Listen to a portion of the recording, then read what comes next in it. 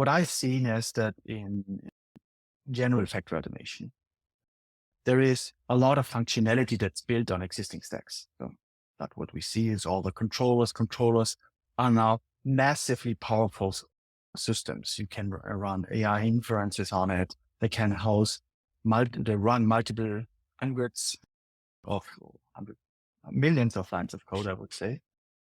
But they are still administrated in a pattern of the 90s with Windows applications and so on. When I then came to the cloud, those companies that I just mentioned, is everything is software defined. If you have a data center, it is not like you go somewhere, you do not even know where it is. It is like you have entities, you can administer them in the administration shell or console, how it's called, or you can code it. So you can code infrastructure. We've shown this also to clients. So you can code infrastructure of a blue chip company and it spins up in 30 minutes. That's the equivalent of spinning up a whole automation system of a factory that normally takes around 6 to 8 months in a couple of minutes. And that's always has fascinated me. We've then worked with a couple of customers, did also some tests in AWS and with programming or running Google Robot with the edge hardware. But still, there is also the need for the PC. There's the need for a vendor that really supports you for the global network and so on. Yeah? And what I now do with the company and with my fantastic colleagues is to exactly find a way to take the people that rely on PLCs, their job is at risk if the industrial control system does not continue to do what it should do, but give them the tools any cloud programmer would expect when he basically goes to work every day. Coming back to your question, once you have the management of existing PLCs, we also had version management. We focus very much on very simple version management.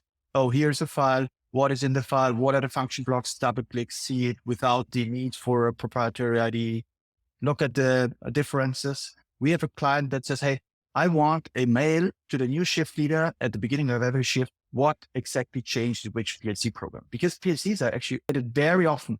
The higher you go in management, the higher you would think PLCs are never updated or people think. In reality, all the time, in every shift, something breaks. I don't have the same drive. I take another drive. I update the PLC program. I need some data from OPCOA out of the PLC. That's a PLC update. So that's what we see. And here also, we are very simple. We have a very simple version management system that runs across vendors. That's also something that we see. For us, a backup, a Siemens, a Rockwell PLC all looks the same in the management and also in the version management. And the last part is the virtualization of PLCs.